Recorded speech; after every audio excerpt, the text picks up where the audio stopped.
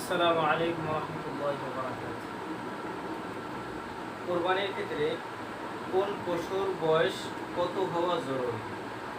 অনেক গুরুত্বপূর্ণ একটি মাসালা। আমরা অনেকেই বিষয়টি জানি না যে কোন প্রাণীর জন্য কত বছর বয়স হওয়া জরুরি। এক্ষেত্রে উটের ক্ষেত্রে 5 বছর পূর্ণ হওয়া এটা জরুরি। গরু এবং মহিষের ক্ষেত্রে 2 বছর পূর্ণ হওয়া জরুরি। বকরি এবং ছাগলের ক্ষেত্রে 1 বছর পূর্ণ হওয়া জরুরি। এগুলোর ক্ষেত্রে নির্ধারিত বয়সের 1 দিনও যদি কম হয় তাহলেও এই পশু দ্বারা কোরবানি করা কোনো ক্রমে জায়েজ হবে না। 1 দিনও যদি কম হয় তাহলেও এই পশু দ্বারা কোরবানি করা কোনো ক্রমে জায়েজ হবে না।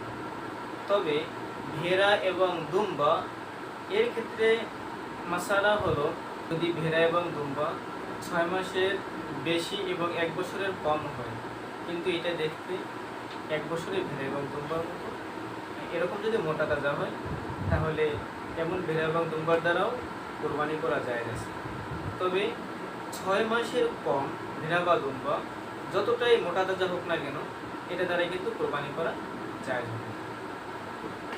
যেমনটি এসেছে ফতোয়া স্বামীর ভিতরে 5 নম্বর খণ্ডের 211 নম্বর পৃষ্ঠা এবং ভেস্তে জেওরের 3 নম্বর খণ্ডের 39 নম্বর পৃষ্ঠা।